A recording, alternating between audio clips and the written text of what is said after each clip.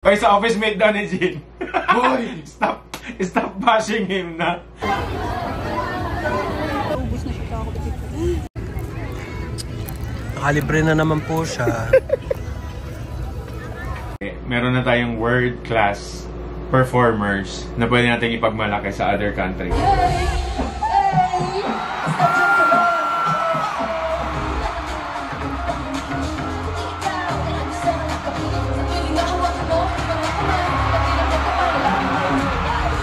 Guys, na-remove na ABS-CBN yung video natin. Sige, mag-away pa kayo. Para kayong si Stacy tsaka si Joanna. Wala nang ginagawa sa akin. Hindi siya na-copyright nung una nating pinost, but as the views are piling up, naka-receive ako ng email from ABS to remove the video. And I think I know why. Kasi syempre, it's the first Biniverse kick-off nila and marami pa sila pupuntahang lugar. Mawala na nga yung excitement kung puro videos nila. And yung vlog na yun, yung pagpunta namin sa concert, parang yun yung nag-solidify ng pagka Kalblooms namin. Kalblooms kahil pero kaming kalbo. Yung intro ko nga doon. Nakakita na ba kayo ng dalawang kalbong kinikilig sa Bini? Tapos, meron na yung mga nagko-comment na that makes us very kalbo. Mailan-ilan na din sila. So, padami na sana tayo. Pero biglang ni-remove na ABS-CBN. ABS, bakit? Kasi dati parang low-key. Low-key fan lang. Ako, until now, low-key fan pa rin naman ako ng Bini. Feeling ko.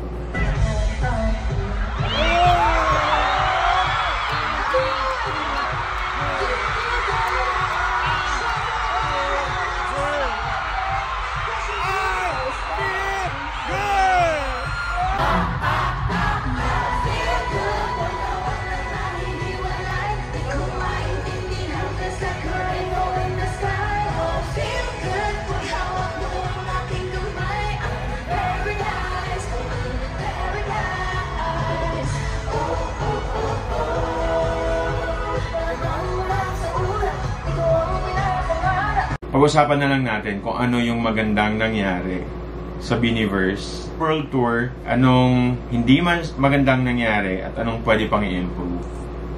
Yun na lang. Okay. Maganda nangyari. Sa akin ano? Parang walang magandang nangyari. Sa akin nangyari. Ano? Nakapunta ako ng concert ng libre. Kasi libre yung ticket ko. Tapos, libre? Namigay sila ng ticket? Ilibre mo ako. Okay. Yak!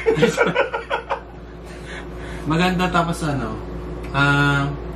nakakuha ng freebies kahit yung maliit lang na keychain. Yeah, actually, thank you.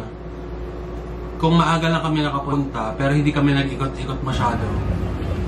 Kaya hindi kami naka-interact doon sa ibang blooms na namimigay. Napanood ko sa TikTok namin yung nakikita ko.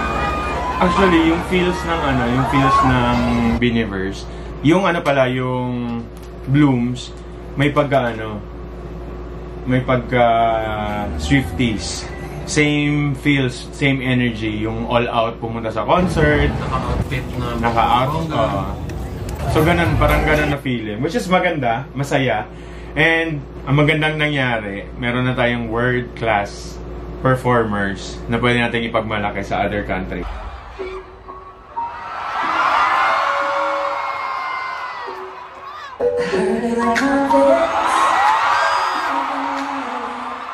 Like, this is my first time going to a all-Filipino concert. First time kong pumunta ng Philippine Arena para manood ng concert ng isang OPM. Ako, first time ko rin manood ng concert na malaking venue. Tas OPM yung artist. Yung ganong level, yung nakaka-proud na parang, kaya pala ng Pilipino, kaya pala ng mga Pinoy.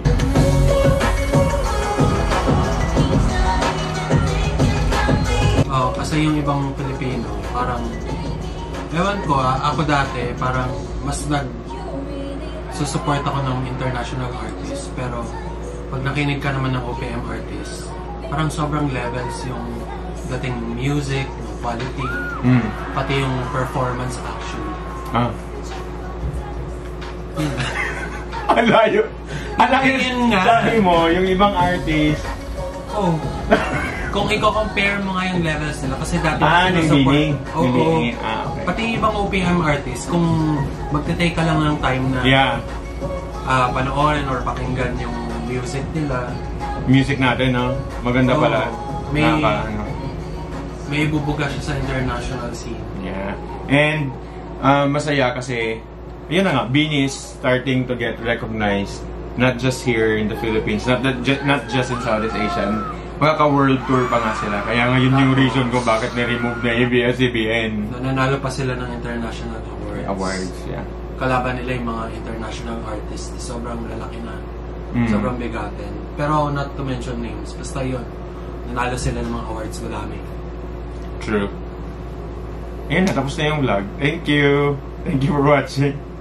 What went well? Ano pa ba? Ano pa yung mga gusto mo sa concert? Magaling talaga yung Bini, wala akong masabi. Production, maganda yung production. Maganda yung stage, maganda yung flow ng... Sobrang ganda ng stage.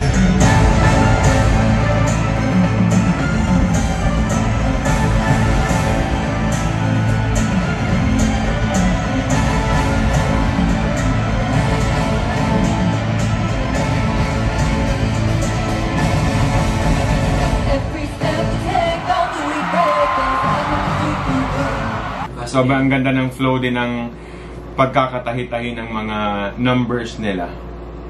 Yun. Design. Hindi ko masyadong mabigyan ng comment yung costume nila ngayon kasi ganyan na sila kalaki. Kaliit. Hindi, after ng... Oy, wag kang mag-deny. After ng concert, lahat ng pinapanood mo, Bini. So nakikita mo yung mga damit nila. Nagsisend ka pa nga ng costume. Iba kasi pagka nakita mo, pagka sa personal, yung details talaga ng costume compared to the videos. Pero kahit yung sa photo lang nila doon na parang nagmumukha silang sales lady nung... Grabe ka naman. Hindi, totoo! Yung picture nila, ano? Grabe ka naman. Sinasabi mo pa ayaw mo ng fake, tapos tatawa ka pag sinabi ko, mukha mo. Yung pangit kasi ng mga outfit na nila, nung before, nung wala pa silang... Grabe. Yeah. As in, level up. Hindi lang 100% but 1,000%. Yeah, in effort ay tinodo na talaga nila yung ano. So yung mga tipong ganun.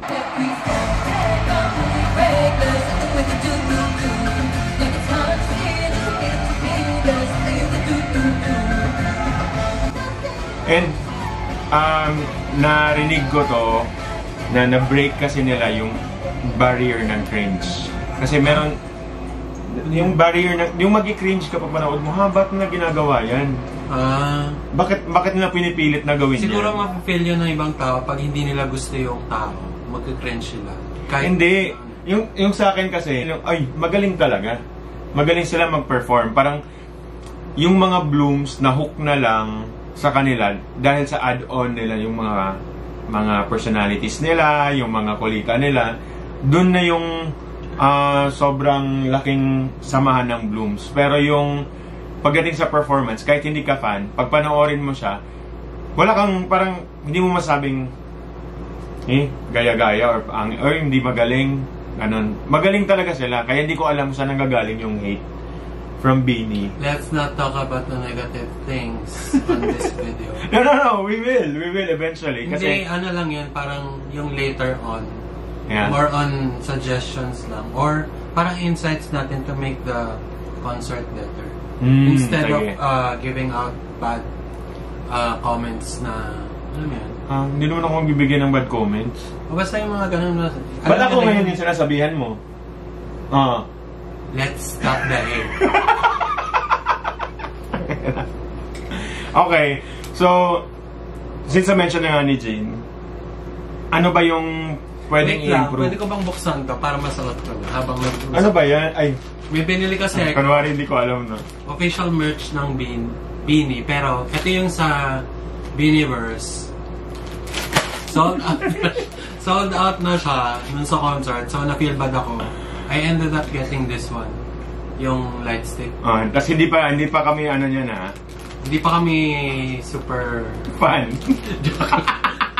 Ito talaga yung pinaka gusto kong bilhin bago pa pumunta, kaso sold out na. Ito yung ina-eye ko.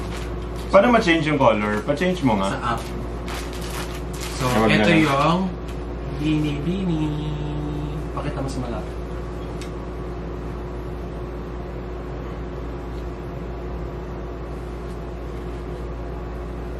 Diba ang cute? So, nakuha ko siya sa online shop. Nakuha niya lang, hindi niya binayaran. Online. Oy, grabe ka. Sa makakita ng video nito, siya po yung nag-order ng isa na hindi niya hindi niya kinuha. Kasi mas mura niya daw ito nakuha. Kasi ang mahal ng isang overprice. Parang nung pag-add to cart ko, tapos... Ayaw mo fake ha? Add to cart. Tapos chinek out ko. Hala, nakakita kong ano. Usually, pwede may cancel sa ibang shop. Oh, eto hindi nakaka-cancel. Okay. Sinabi ko, i-refuse ko na lang. Sabihan ko na lang yung seller. Sinabihan ko naman, maayos. So... Okay. Ayun na, ito na yung beanie. Oh, susuotin mo ba? Yes. Cute nga siya. Pero mas gusto ko yung beanie cap. Parang...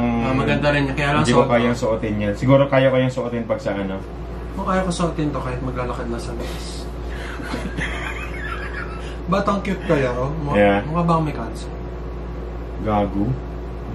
Ikat mo. Yeah. Oh, bakit yan? E di isama mo.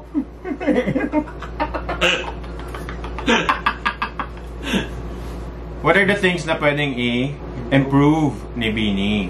Actually, hindi ni Beanie. No, organizer. Silang wala parang feeling ko wala silang kailangang i-improve. Meron pa, in a way. Meron silang i-improve for na mas magagaling pa. Parang everyone is striving to improve. Pero so parang sa kanila, kahit ngayon pa lang, which is for sure mag-i-improve pa sila, yung music lang mag-i-improve pa. Pero ngayon pa lang yun ang offer ni Beanie, solved na. Okay na. Parang okay na ako. Solved na ako sa kanila. Hindi pong ganyan. Pero ang hindi siya nakakapag-down ng energy guys ha, or walang gana sa concert. Pero kung sana yung something that we can improve, yung sa pre-show. Hindi ko talaga na yung sa pre-show. Oo, nakaka-rende. Rende. What's rende? Wow, hindi mo alam yung rende. Gusto mo marende, guys? Rende na ako sa'yo sa ayos ka. Yung kasi guys, yung... hawakan mo nga dyan para mag-focus dyan. Yung kasi guys, yung... ang tawag dito? Yung pre-show, it happened inside the arena. An hour before the show started, merong pre-show ng mga commercials nila. So, halimbawa, yung Fudgy, yung Payless, yung kung ano pa man yung doon. And, pumasok kami sa arena 5 p.m. Meron pa din nung ganon until 6 p.m. na officially nag-start yung show. So, you know that feeling na before mo pa marinig yung before mo pa marinig yung artist na pinuntahan mo, meron ng ear strain kang nararamdaman. Parang hindi naman sa nabugbog, pero alam mo yung hindi na ganun ka condition yung ears mo para mas marinig mo sana yung magandang boses ni Beanie. Yung ganun na feeling lang yung ibig kong sabihin. So, may gagawin tayo. Yes! Okay. Dahil ang dami na natin ngayon, ready ba kayo para sa isang Philippine Arena? Yay! But of course, we also need to test. I think ang reason din kasi kung bakit nagpi-pre-show is most of our shows here in the Philippines, ang pre-show ginagawa nila to hype up the energy. Now, yes, maganda yon na i-hype yung energy. Pero, lahat ng pumunta doon, karamihan sa mga concert goers, alam na yan kung paano natin i-enjoy yung sarili natin pagdating sa concert. Kaya, it would have been better kung pagdating doon, paparelax lang yung nakarelax lang yung tenga mo. Like,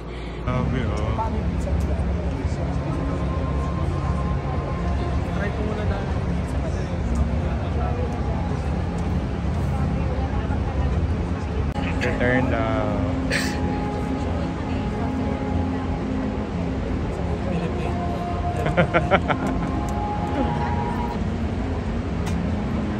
Ako hindi ko nagustuhan masyado.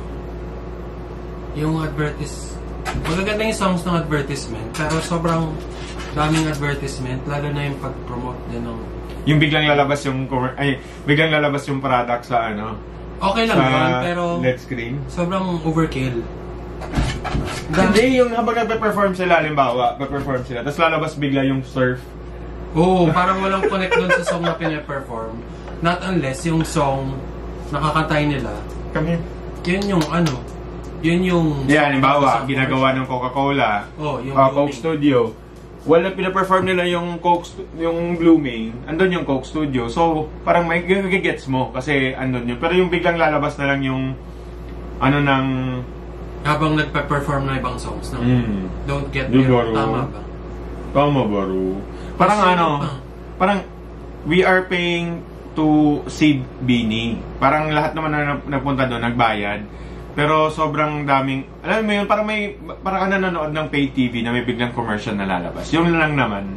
And it's not, Tapos hindi mo pwede skip yung ad. tapos hindi mo pwede i-skip yung ad. And hindi yun, hindi yun something against Beanie, something against the production, the management. At sana sa lahat ng concert moving forward, ganon, para hindi masyadong Tapos ayun pa, yung Kim Pao na Oo, sobrang parang laki ng exposure. clear exposure. Kaya lang mag-promote. Alam mo yung reason kung bakit sila andun kasi pinopromote lang nila yung movie. So parang ABS-CBN management, wag naman too much. Kasi na-remove nyo na nga yung video ko. Ang dami Merong yung ibang commercial. venue para doon. Yeah. Siguro maganda yon kung sa labas before ka pumasok, yung mga ginagawa sa Or pre-show. kahit na yung bago pa mag-start yung concert, di ba may mga doon? Yun nga, sa labas. Doon yung mga games. Yung sa mga screens. Isipin mo yung mga games na ginawa doon sa loob. Sana kung ginawa yun sa labas while nagwi-wait sa line, so hindi maboboard yung mga tao.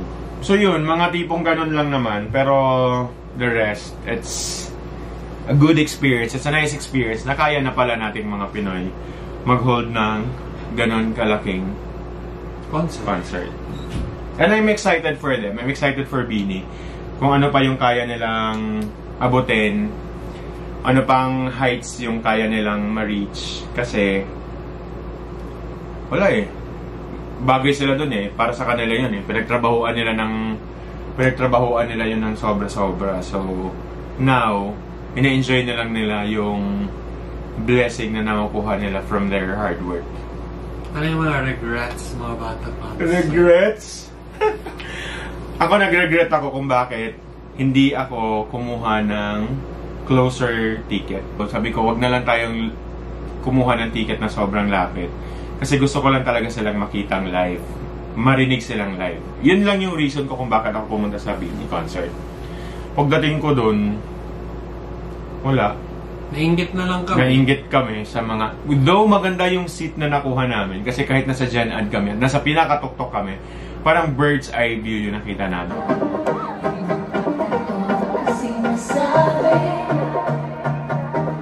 Pero, nag-ano na lang kami, nag-rely na lang kami sa screen.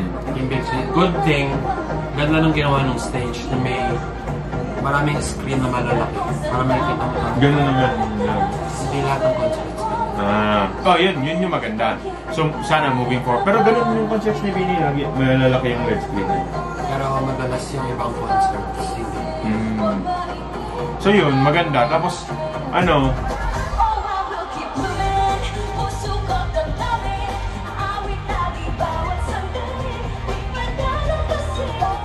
yun lang. Yun lang regret mo? Oo. Ano ba sa'yo? Hindi kami naka-pre-order ng mga gusto namin na merch. Nakuha naman natin.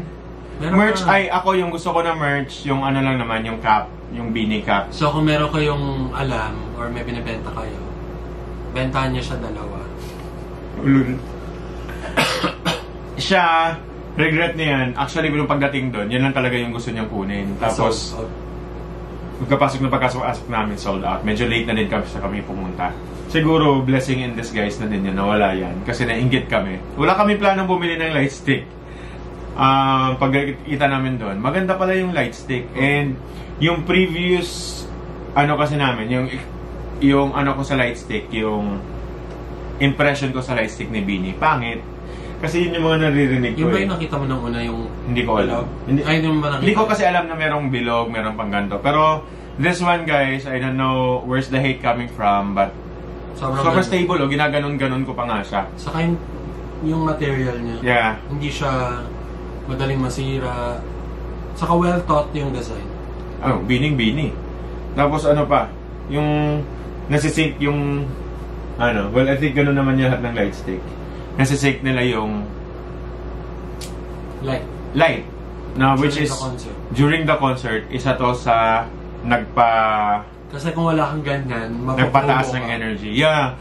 Nasa taas pa kami, sobrang nasa taas pa kami. Parang ito yung nag-save sa amin sa concert, no? Kasi nasa taas pa kami, yung mga katabi namin ayaw sumayaw.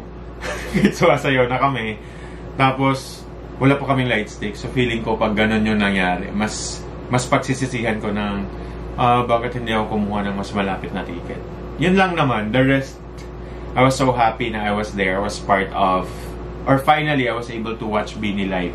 Saka yung yung ibang shows nila na free, na parang, isa yun sa regret ko na hindi ko sinubaybayan. Hindi naman kasi natin alam na meron silang performance. Yeah. Hindi. Kasi hindi pa tayo in the loop nung mga time na yun. Tsaka sa totoo, hindi talaga kami hindi kami yung I appreciate the music, pero hindi kami yung super bloom na ganon. Talaga ba? Hindi, before. Kasi guys, yung feeds namin lahat laging lumalabas.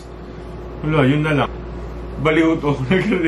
Yung totoo naman, kahit nag-unbox ako ng sabi ko pa ng No Fear. Anong kanta to? Anong No Fear? Hindi ko alam. Tapos sabi ni Jin, hindi niya din alam. Turned out, yun yung paboritong pinapakinggan ko ngayon. Hindi ko lang alam yung title. Akala ko, let's just have a good time. Parang ganon lang. Ayun lang. Ano pa? Anything you want to... Meron ako nilook forward. Pero sana may manlibre sa akin ulit. Kasi yung Beanie, meron ulit silang concert. Actually, headliner sila sa Aurora Festival. Sa Pampanga. Yun lang yung mo? Look forward? Di mo nilook forward yun? Ay, ako nilook forward ko yun. Kasi, guys, nag-shoot kami nag-Beanie kami, diba? After ng Beanie, nag-build kami ng Pop Block. Nung nag-build kami ng Pop Block, paunahan kami maka-build. Sino yung late makapag-build, yun yung manglilibre ng Aurora. Sinabi ko yun dun sa intro. Ay, hindi ko pa lang papanood yung vlog na yun. Oh, i-edit ko, so ikaw yung bibili sa akin. Mahiya ka naman. Ganyan. Hindi ka manonood na. Ganyan ka. Kasi hindi ka manonood ng Beanie. Okay lang naman ako sa SVIP. Kapala mo ko. Yeah, kasi ang layo natin sa ang layo natin sa World, yan? Beanieverse. Sa Beanieverse World Tour, ang layo natin. So this time, baka pwede na tayong matalsikan ng laway ni Aya. Or kahit pawis lang ni Mika. Ayun lang. Guys, sana naman ABS-CBN, wag mo na itong tanggalin. Tapos matuto ka naman sa sinabi namin. It's for the, naman to. Para sa ikakaganda naman to ng Eto don't hate on us. It's just our opinions. Yeah, our opinions. This is for the better naman ni Beanie. Para lahat ng mas marami pa tayong maka-appreciate sa kanila at hindi namang babash. Kasi hindi ko alam kung saan kayo nanggagaling. Saka stop the hate. Sa mga fandom may kanya-kanyang yan. So, hindi. Ay, sa office mate daw ni Jin. Boy, stop bashing him na. Stop bashing Beanie daw kasi nasasaktan siya. Hindi niya kasi maamin na bloom siya habang ganyan yung itsura niya. Visit ka talaga. Yan lang, okay bye. na guys, thank you for watching. Don't forget to like, comment, and subscribe. Bye!